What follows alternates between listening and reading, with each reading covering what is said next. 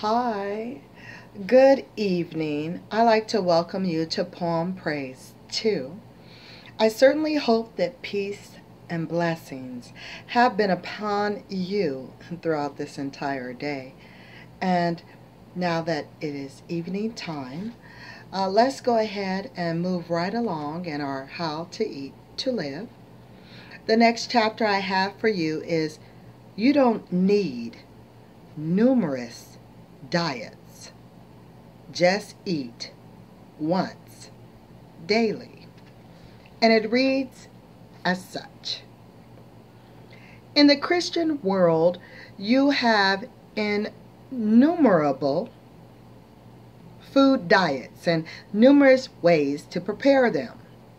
And these numbers are ever increasing. We must remember that the Christian world commercializes on everything, even on the gospel of Jesus Christ, spiritual food. Now that's in parentheses. God is visiting us to teach us, the lost and found members of God's family, to prolong our lives, give us more life and abundancy of life, as it is written. By no means can we get this life from any other source. We must follow the guidance of Almighty God, who appeared in the person of Master Farad Muhammad, to whom praise is due forever, and not the ways of the people whose diets have sent us calling the doctor and being hurried off to the hospital, and from the hospital to our graves. The white people, called the Christian race, after they were driven out of the Holy Land and roamed the caves and hillsides of Europe, lived there for 2,000 years eating raw food. They didn't know how to cook anything, or the use of fire until Moses taught them. Can we accept them in their way of life instead of Allah's? No, we will take Allah's will and His guidance. It goes something like this. Eat one meal a day. If this does not make you well, eat one meal every other day. Nothing between meals. And eat only the right foods. He said milk, bread, and navy beans would lengthen our lives to 140 years. He did not give us a long list of different foods, diets, and foods to confuse us on what to eat. Cook your food well done, especially animal meat. Boiling your food until it is well done is better on your digestive system than baking and frying meats. Baking and frying it makes it about as hard on your digestive system as eating it raw.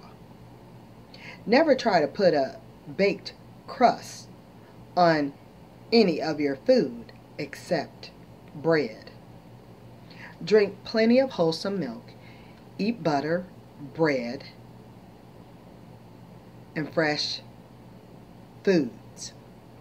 If you eat fowl, lamb, squab, and fish, cook it well done. Keep your food under steam. Pressure cook it with the lid on so it cook all the way through, Do not look up a variety of things to eat. Most vegetables are good to eat except those which you have been forbidden to eat, such as collard greens, black-eyed peas, and a lot of green cabbage sprouts. Eat the white part of the cabbage and the cauliflower. Stay off those peanuts, coconuts, and nuts, period. The Christian world eats according to taste. It eats not for life, but for taste. Cook well done whatever you eat. Cook bread thoroughly. If you have a refrigerator, put your leftover bread in it, or place it where it will keep moist and won't dry out. If that does not taste good, cook it over again. There is no such thing as stale bread. Let no bakery or anyone fool you. It is for your health. If you do not have the knowledge of how to prepare your bread, seek a Muslim who knows how to prepare it. Some Muslim sisters will teach you. Give the cornbread back to the horses and the mules. That is their food. Do not eat grits or coarsely chopped corn. The corn is fit for you only in its milk stage. Eat to live and not to die. Food, God said to me, keeps us here and takes us away. 3 meals a day are needed by a savage beast, but not by a human being. No human being should eat more than once a day. Eat when you are hungry. It is not until 6 or 7 days. Let no one fool you about the above instructions. They will keep the doctor away from your bedroom and will prolong your life. Keep from eating those sweets that are prepared to hurry you off to your grave. And you diabetics, eat only 1 meal a day. Stay away from the starchy food and sugar. If you are a diabetic and you won't have to get a doctor to pour insulin and other medicine into you to balance your life. All that I have said in this book, I have experienced myself. So certainly like the fact of how to eat to live and all that he's saying in the book, he has experienced himself. So not telling you something that he didn't go through, that he didn't experience. Why would I want to give you some food to eat if I haven't tried it myself, you know? So I'm just saying. Oh, from a personal level, yeah, you can do it. You put your mind to it, you can do it. Eat once a day. I know some of y'all probably out there like, eat once a day? Is you kidding me? Boy, I eat like breakfast, lunch, dinner, training. All right, training. It's a process. How bad do you want it in regards to your training? How bad do you want to train?